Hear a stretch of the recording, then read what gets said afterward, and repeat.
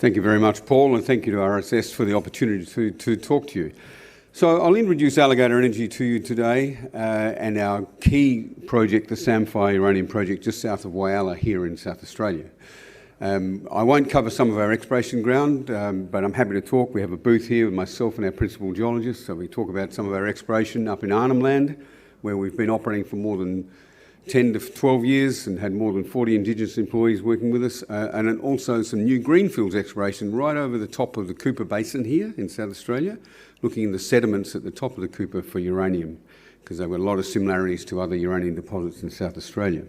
So I'm going to talk about Samphire. That photo there is a picture of our Samphire project just to the 20 kilometres south of Whyalla. I have a disclaimer there, but also a map of where our key operations are. We're in the Northern Territory, in Arnhem Land, as I said, a big lake uranium project over the Cooper Basin in northern South Australia, and our Samphire project near Whyalla. We also have a nickel cobalt exploration project in northern Italy in Piemonte region there. A snapshot of the company. I won't go through it in detail. I want to point out the experience on our board. I have a long background in uranium mine management, but also in uranium marketing with nuclear fuels long-term contracts. And I'm not going to add a lot of comment to what both Brendan Bradley and Duncan Craib said this morning about the uranium business, other than to say this is the third time I've been through a uranium boom, if we'll call it that. It's a very solid underlying demand this time, which is wonderful to see, and a change in sentiment in terms of the globe with clean nuclear power.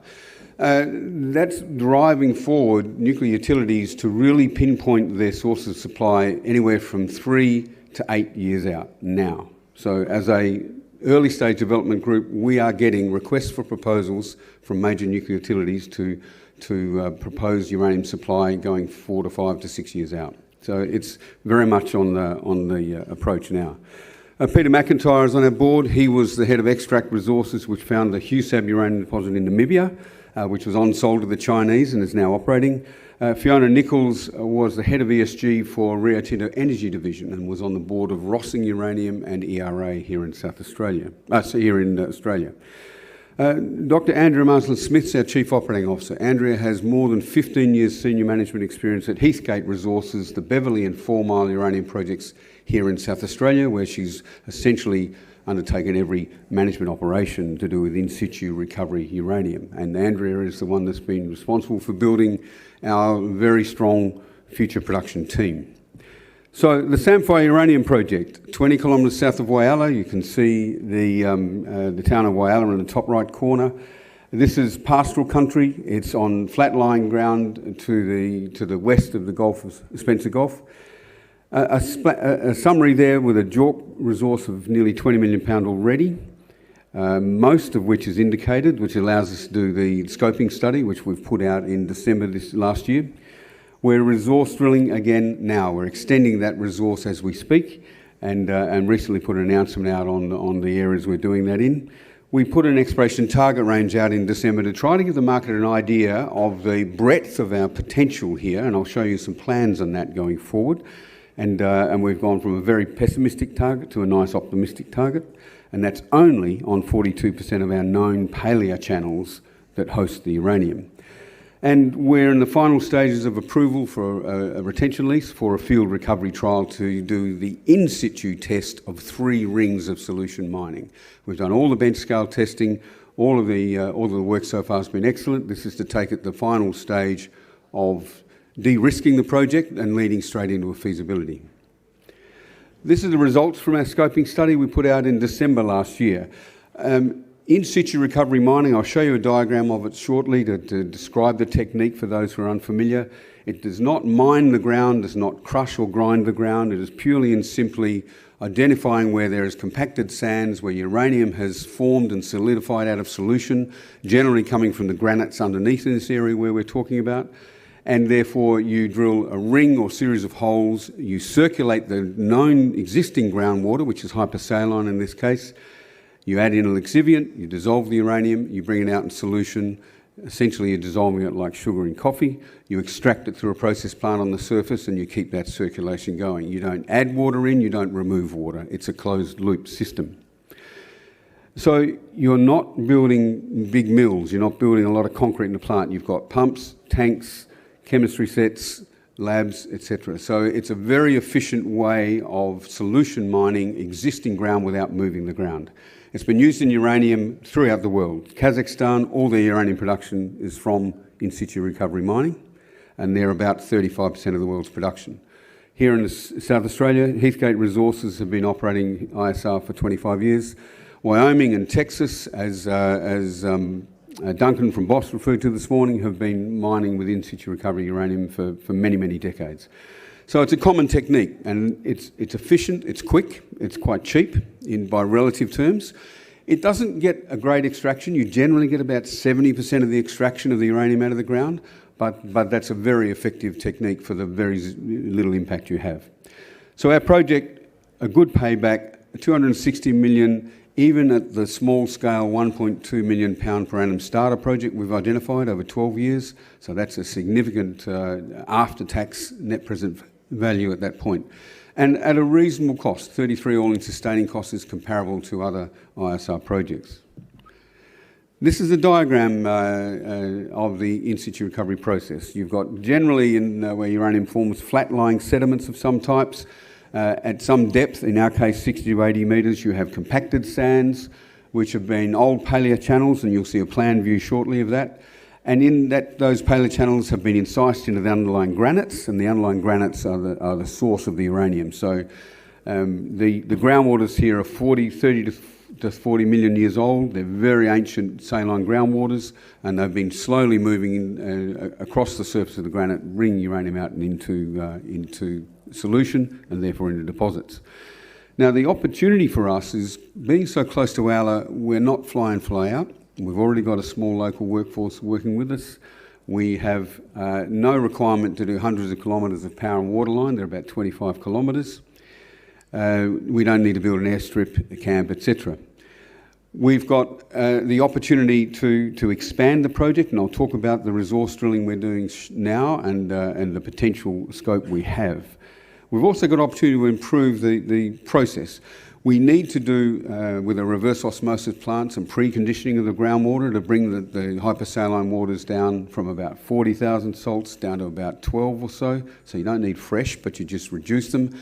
That allows the salt-tolerant IX resins to work more effectively.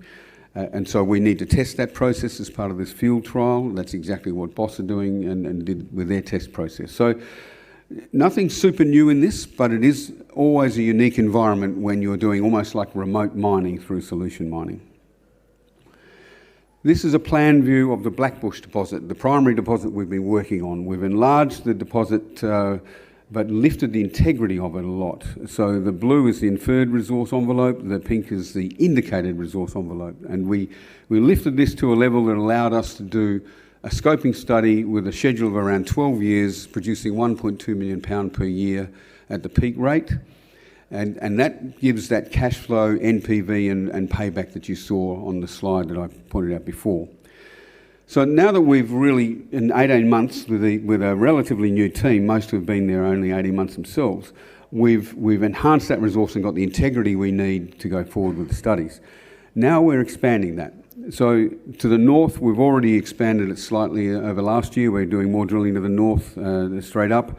To the west, to the left on this diagram, we're getting some good intersections and expanding that out. And to the east too, to the right-hand side, those purple circles there are where we've identified some high-grade hits. Every historical hole, and this area was drilled by the previous company back in the 2000s, every historical hole shown here is above cut-off grade already. But those red ones are high-grade zones where we're trying to find are there unique roll fronts of uranium in those areas that have come through the sediments in solution and deposited out in a better grade. So we're doing that work now. We'll have some initial results out from this. We've got a break in drilling coming up shortly for the pastoralist to do his lambing season for about a month, and then post that we'll have some results come out. This will culminate in an updated resource by the end of the year. Now, to show you the potential we have in this area, on this diagram, the Blackbush West and East projects are what I showed you on that previous diagram. So that's about 10% of the known paleochannels currently. Now we are already to the south of Plumbush there, we're already doing ground gravity surveys to depict where the future paleochannels down there exist. Because we've got a density contrast between the incised channels filled with sands and sediments and the granite underneath, the ground gravity system works very well. We're also quite shallow, as I said, only up to 80 metres deep. So we already have around 7 to 8 kilometres of channels distance, and we're going to extend that to about 15 kilometres. But as I said, 10% so far of good exploration in the Blackbush and partly the Plumbush area. We know that 32% of the additional of these channels are mineralised. They've got single intersections in them or small intersections. 60% no drilling. So we really have a good opportunity to expand. And to give an example of how this tends to work, Heathgate started with around 20 to 25 million pound in 1998. They started at 1.5 million pound a year. They're now £4.5 million a year, and they've still got 50 to 70 to 80 million pound in front of them. The same in Wyoming, key projects like UR Energy, like Peninsula, they all start around that 1 to 1.2 to 1.5 million pound and then move up. The same in Texas, the same in Kazakhstan. So it's a wonderful technique where you can start with a good size economic starter project and expand the work from there.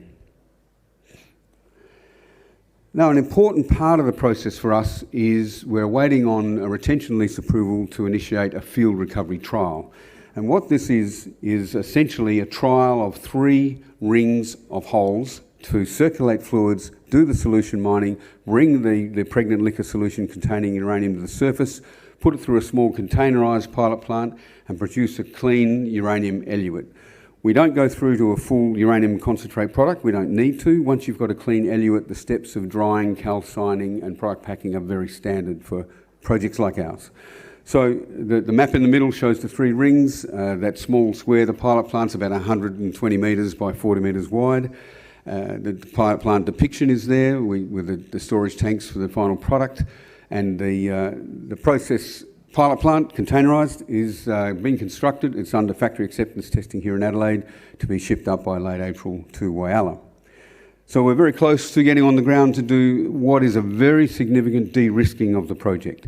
The bench scale testing that we've done through cores and work with ANSTO has shown good recovery once you get the fluid in contact with solutions. We want to now see, do we get that contact? Can we get the solutions out and make sure it gets through the IX plant in a clean manner to get it into a final product. So that's about to kick off in the 3rd quarter this year. Now, I'll finish off just quickly on a recent investment we've made. We, along with uranium, where we have the brownfields and greenfields exploration in Arnhem Land, we have greenfields at Big Lake in the Cooper, we have the developing project at Samphire. But we are a big believer in other broader opportunities. Because we have a good team with good ISR production experience in our group, we've done an investment into the company EnviroCopper. It's a private group that have been doing detailed analysis work on potential ISR mining of copper projects within South Australia, initially at the Kapunda project and at the Alford West and Northern Yorke Peninsula. And the key thing about that is they've done a lot of legwork. They've got money from BHP, which is going into the ground for the test work Kapunda. We've given some funds. We've acquired 8% of the company. We've got the right to go up to 51% if we wish. To do the trials and initiate trials at the Alford West. Now, this is an example of where we believe there's a great opportunity for technique in ISR going forward. And not only are we going to be developing it within our Samphire project and our other projects as we discover them or acquire them, but we think there's some great opportunity in other minerals. Happy to take any more questions at our booth in the coming end of the day today. Thank you very much for your time.